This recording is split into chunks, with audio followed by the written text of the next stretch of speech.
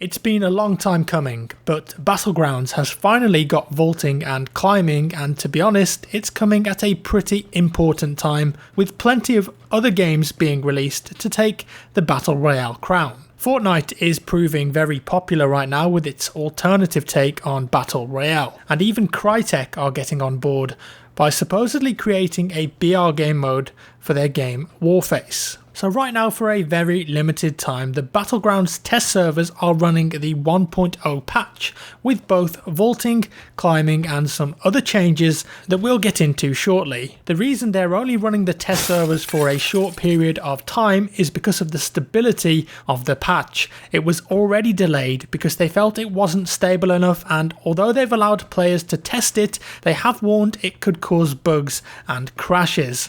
I expect it will go back down in a day, and then they'll come back periodically over the next month or so. I suppose the vaulting and climbing is a good place to start, and I've had a chance to play the game today. Honestly, I think it works very well, better than I thought it would actually. When you consider that when the base map was made, it wasn't made with vaulting in mind at all, so the devs had to go in and ensure that all of the assets in the map worked with their vaulting and climbing system. That must have been a massive task. So how does it work then? Well, it's a dynamic system, which it needs to be, as objects around the map are all varying sizes, but you are able to scale anything up to 2.3 meters in height. If you're climbing over an obstacle that is chest height, you keep your weapon in your hand, but taller objects require you to holster your weapon, as you need to pull yourself up with both hands. Speed also plays a big part, so if you're moving faster towards an object when you try to vault or climb over it, the animation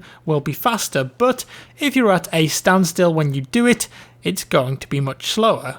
By default, the vaulting and climbing is context based and is just on the jump key, but you can actually split the vaulting and jumping keys if you would prefer to do it that way. From what the developers have said, the context system will favour climbing if there isn't enough room for it, but if you hold the sprint key, you can enforce a vault instead, based on the size of the obstacle that you're trying to vault over, of course. It's not just obstacles though, windows are now fair game as well. If the window is wide and tall enough, you can now vault through it, which will make a big difference to gameplay overall. And look at Randy Orton slithering. Oh, watch out, watch out, watch out, watch out!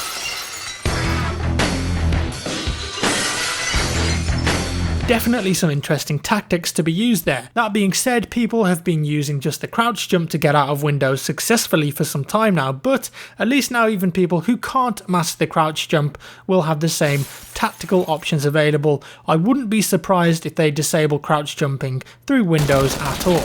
Now, my biggest concern with the new vaulting and climbing system, and I think it's a fair concern to have, is hitboxes. When players are using this to get away or jump over or vault over a wall or whatever, how is that going to affect the hitboxes? Because we know that the netcode in the game right now isn't actually that fast. A guy called Battle Nonsense did an excellent detailed look at the netcode in this game, and the results were pretty abysmal. I think it was average like 17 tick rate. So that really doesn't sound like it's going to work very well with these new animations when the players are jumping, vaulting, moving themselves around in unusual fashions. So I'm hoping that all of that has been taken into consideration when these new animations are taking place, and that the tick rate of the servers is improved, because at the start of the game, when everyone jumps in and lands, it can be absolutely diabolical sometimes, with dying around corners, dying behind cover, or picking up items just seems to take forever. Even basic actions like opening doors seem to be affected. Adding this whole vaulting and animation system may come at a cost, but I'm sure that the developers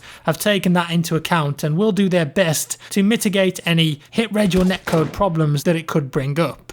Moving on from this now, one thing that players have always enjoyed about Battlegrounds was the gunplay, but even that still needs improving from time to time. With that in mind, the game is going through its first Ballistic balance pass. Sounds like a ride at Universal Studios, but what does it mean? Well, bullets will now get bullet drag that will affect the trajectory of a projectile. So if you fire a weapon at say 500 meters with the new balance changes compared to in the vanilla game, the drop is going to be larger. According to the developers, under 300 meters should be pretty much the same, and weapons will still be accurate at closer ranges, but over 300 meters, you will start to notice the changes a lot more, making hitting targets, especially those that are moving at extreme ranges, will be very difficult. Frustratingly though, there has also been some accuracy changes to weapons. Some have had an accuracy buff and some a nerf, but the reason it's frustrating is because there doesn't seem to be a detailed list of what weapons were affected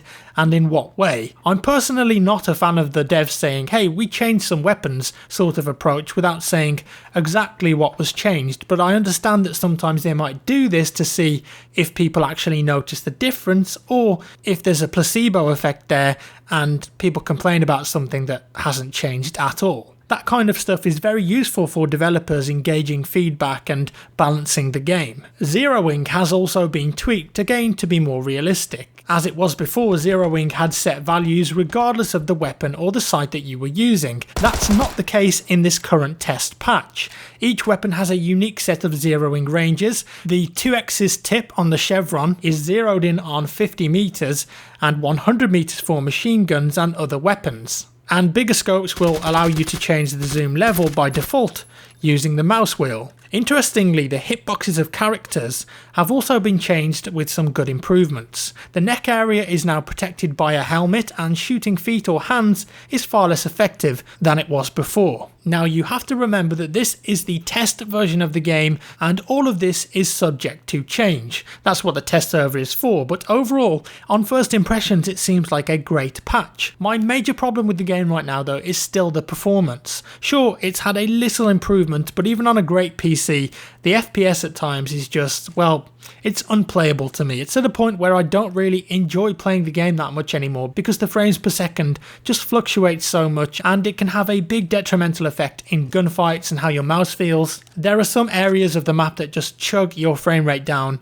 and if you're unlucky enough to be facing one of those areas when you get into a gunfight and the person you're fighting is not, they're going to have a distinct frames per second advantage. So hopefully, I really want the PUBG devs to focus up on the performance and optimization. I think it's a key issue for the game right now. One thing that will definitely bring me back is the new map. And a Reddit user actually posted a full image of the new map found from the game files in the update. I'm not sure if the names of the towns on this map are placeholders, but if it is their final names, right now we're looking at places like Bareback, Rage, Dirtbag and Hard Luck. Some interesting names in there for sure, but they do sound pretty placeholder to me. The map looks like it's got similar dimensions to the base map, perhaps a bit smaller, with just less water of course as it's a desert themed map.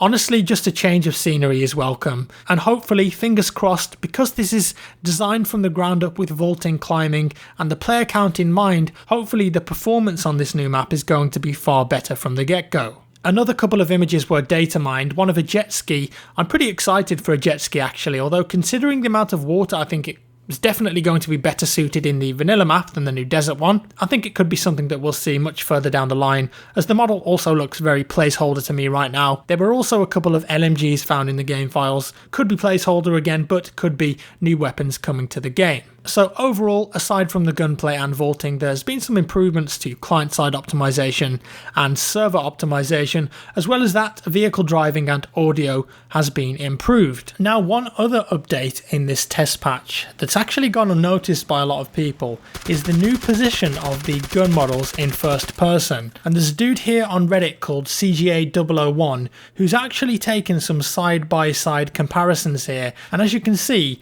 they've kind of moved the weapons up and to the right, and they look much better now, more in the traditional first person shooter sense. Obviously, when the first person game mode came out, that was one of my biggest concerns, that it might just look a bit weird and they need to tweak that a lot, and it looks like that behind the scenes they've been working on this a lot, and the new weapon models just look a lot better now in their new position. So 2 thumbs up from me on that particular issue.